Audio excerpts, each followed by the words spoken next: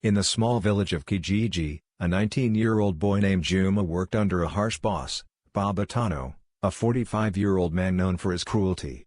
Babatano owned a grinding stone business where people brought maize, millet, and cassava to be ground into flour. He was a man of few smiles and many insults.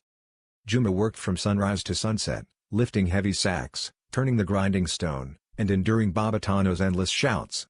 "Faster, you lazy boy! You will never amount to anything," he would bark.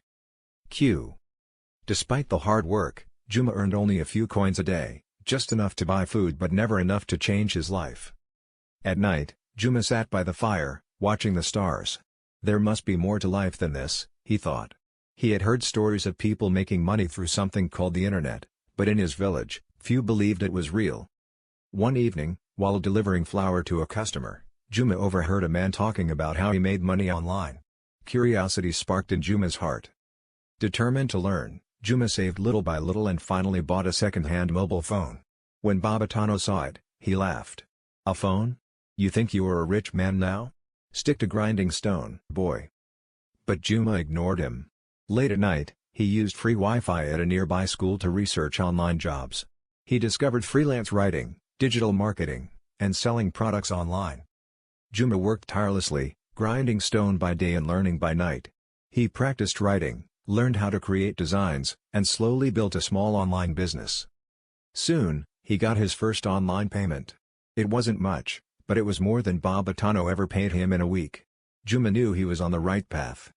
As Juma's online earnings grew, his dependence on the grinding business lessened. One day, he approached Babatano. "Boss, I am leaving. I have found another way to make a living." Babatano laughed bitterly. "You will come back. The world is cruel. The only way to survive is through hard labor." But Juma left with confidence, determined never to return to that life. Without Juma, Babatano struggled. The work was too much for one man, and fewer people came to grind their grain. Machines were replacing the grinding stones, and soon, his business collapsed. Babatano became poor, and those who once feared him now ignored him. His body grew weak from years of hard labor, and he had no one to help him. Years later, Juma returned to the village. Now a successful online entrepreneur, he had built wealth through digital business. He wore fine clothes, and he spoke with wisdom. When he heard about Babatano's struggles, he visited the old man. "Babatano, do you still believe that only grinding stone can make a living?" he asked. Babatano lowered his head in shame. "I was wrong, Juma. I see now that knowledge is more powerful than labor." Instead of mocking Babatano, Juma did something unexpected. He helped him. He taught the old man how to sell handcrafted stone mortars and grinders online.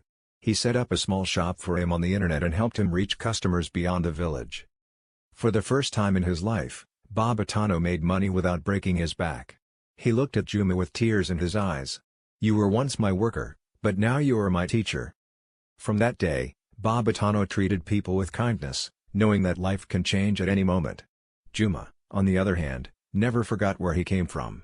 He built schools to teach young villagers about technology so they wouldn't have to suffer as he did. And so, the village learned a great lesson: hard work is important, but knowledge and kindness can change destinies.